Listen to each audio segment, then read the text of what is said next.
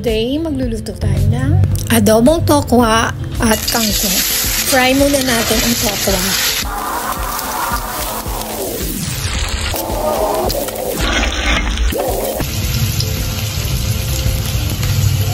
Set aside.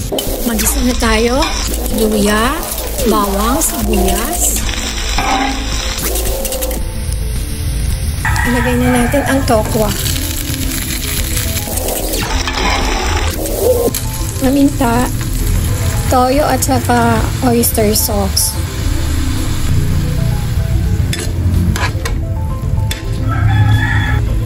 At saka ang ating gulay na kangkong. Huwag natin takpan guys para hindi siya lata. Konting tubig, suka, at saka brown sugar. Lagyan din natin ng sili. Green at saka yung pula. Pampagana yan guys. Tikman na natin. Pwede na. Kain na tayo.